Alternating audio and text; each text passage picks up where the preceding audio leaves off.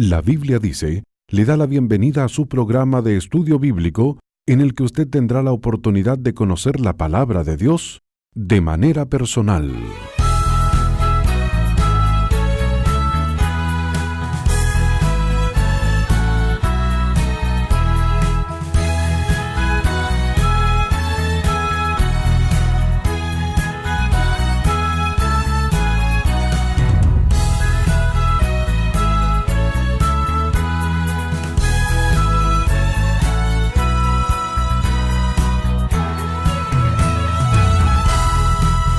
Qué grato es contar con su sintonía, amable oyente.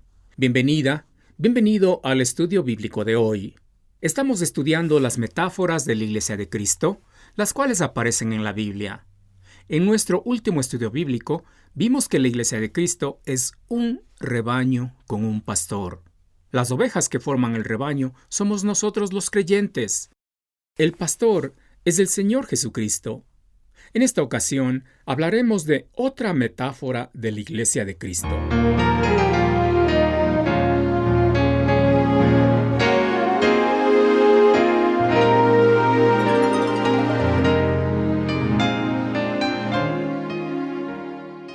En nuestro estudio bíblico anterior, vimos que la Iglesia no es un edificio ni una organización, tampoco una denominación determinada.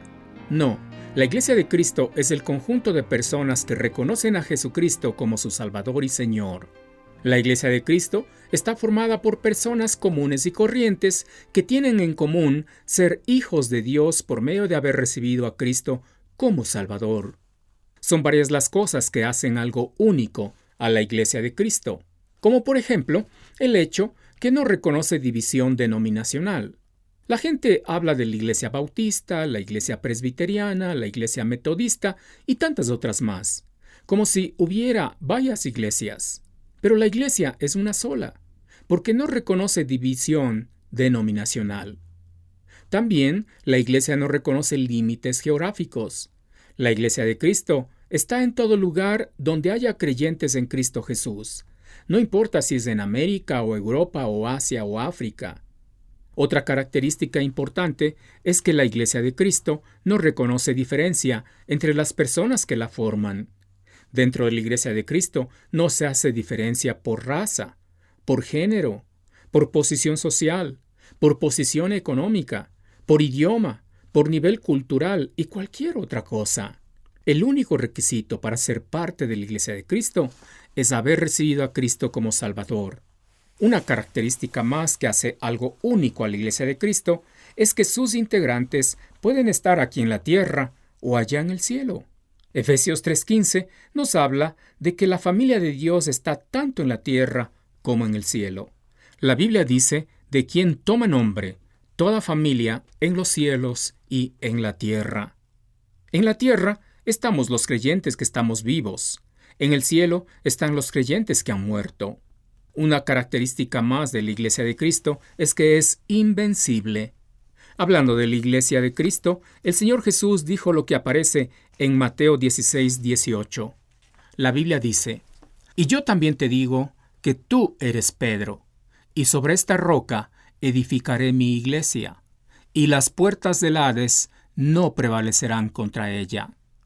La Iglesia de Cristo tiene ya la victoria. Desde que nació, hace como 2000 años, la Iglesia de Cristo ha sido perseguida, maltratada, ofendida. Incontables han sido los esfuerzos de personas e instituciones poderosas que han querido acabar con la Iglesia de Cristo. Pero hasta ahora no han podido, y nunca jamás podrán, porque la Iglesia de Cristo es invencible, amable oyente. A este conjunto de personas redimidas por la sangre de Cristo se le conoce como la Iglesia Universal. Pero la Iglesia Universal tiene su expresión local. La Iglesia local es el grupo de creyentes que se reúnen en el nombre de Cristo en determinado lugar y en determinado momento. Eso fueron las iglesias de las cuales nos habla Apocalipsis capítulo 2 y 3, donde tenemos a la iglesia en Éfeso, la iglesia en Esmirna, la iglesia en Pérgamo, la iglesia en Tiatira, la iglesia en Sardis, la iglesia en Filadelfia y la iglesia en Laodicea. Cada una de estas iglesias era una iglesia local.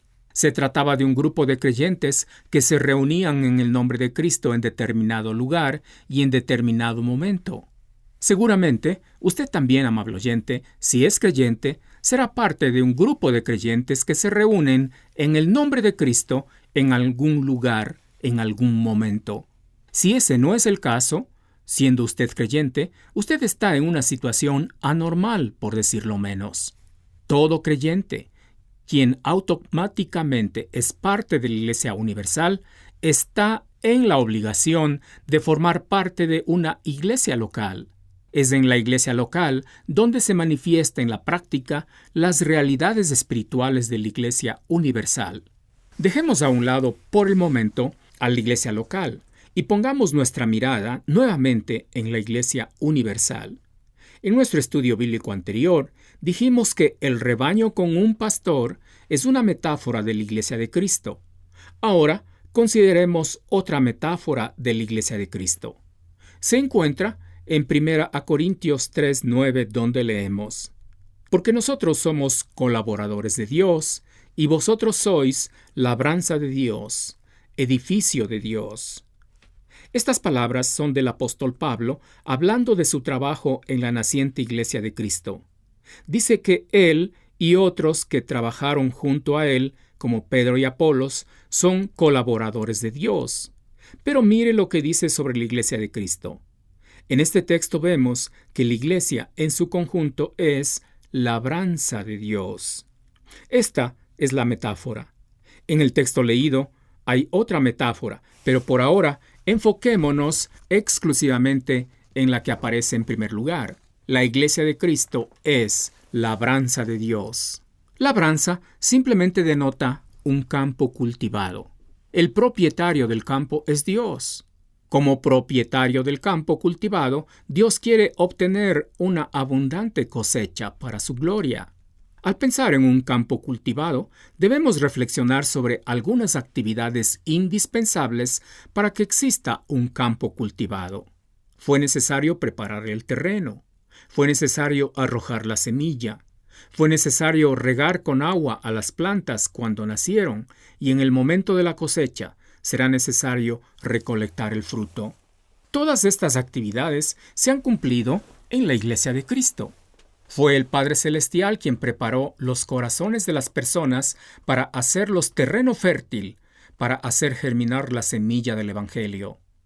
Sin esa obra de Dios, hubiera sido imposible que haya salvación en el ser humano. Luego vinieron los que arrojaron la semilla de la palabra de Dios. Quizá fueron los apóstoles en el primer siglo, o los evangelistas cuando murieron los apóstoles. Fueron ellos quienes con paciencia y sufrimiento colocaron la semilla de la palabra de Dios en los corazones previamente preparados por Dios. Luego vinieron los que regaron la planta una vez que germinó la semilla. Podemos pensar en los profetas y los pastores maestros, quienes con amor y arduo trabajo se preocuparon por cultivar las vidas de los creyentes desde cuando nacieron espiritualmente hasta llevarlos a la madurez espiritual en Cristo.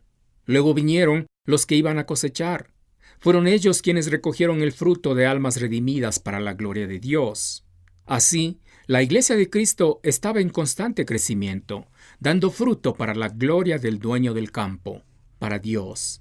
Vemos que es un esfuerzo conjunto de muchas personas, comenzando por Dios. De esta metáfora de la Iglesia de Cristo como labranza de Dios, podemos aprender 4 lecciones muy importantes. Primero, que en la Iglesia de Cristo existe una diversidad de ministerios. Dios preparando el terreno, al suavizar corazones de incrédulos para recibir las buenas nuevas de salvación. Después están los que arrojan la semilla a los corazones preparados previamente por Dios. También están los que riegan con agua el campo para que germine la semilla.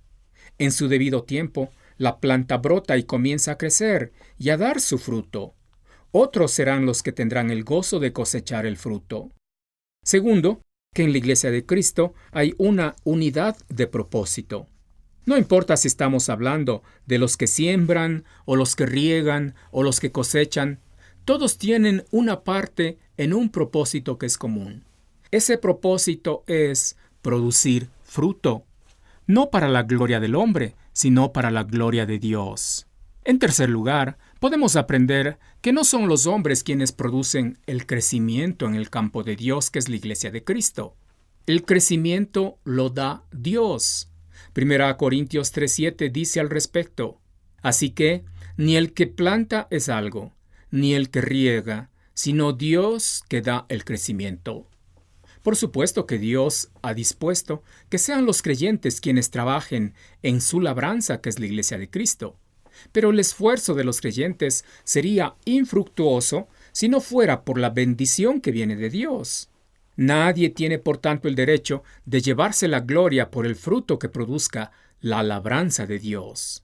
Cuarto y último, de la metáfora de la Iglesia de Cristo como labranza de Dios, podemos aprender que Dios espera recoger fruto.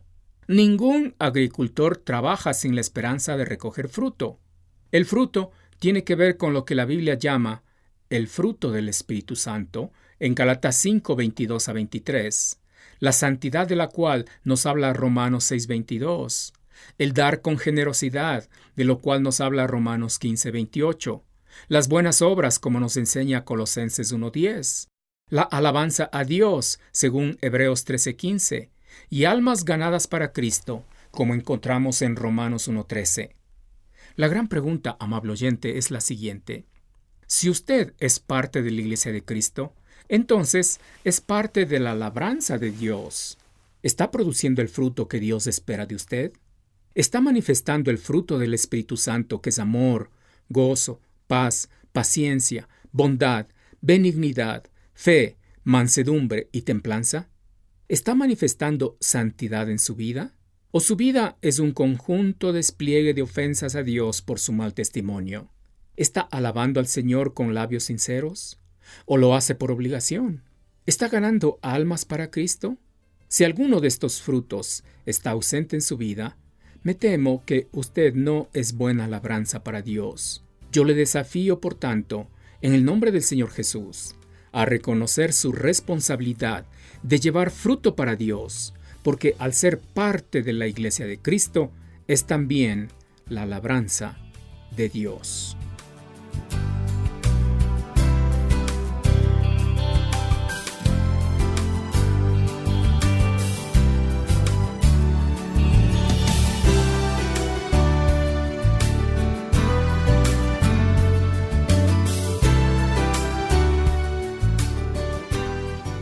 ¿Es contrario a la voluntad de Dios que un hombre creyente contraiga matrimonio con una mujer incrédula? Visite nuestro sitio en el internet y en la sección Pregunta del Día hallará la respuesta y además podrá hacernos llegar sus propias inquietudes. Las esperamos con ansias. Nuestra dirección es labibliadice.org. Ha sido un verdadero placer estar junto a ustedes el día de hoy y le esperamos en nuestra próxima edición.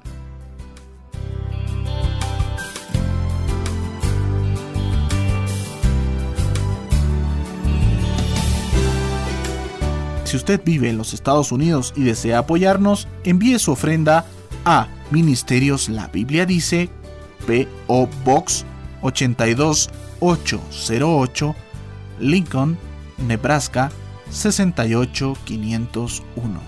Bendiciones. La Biblia Dice presentó su programa de estudio bíblico. Si desea comunicarse con nosotros, hágalo visitando nuestro sitio en internet www.labibliadice.org o escríbanos a La Biblia Dice, casilla 1708-8208 en Quito, Ecuador. Gracias por su gentil sintonía.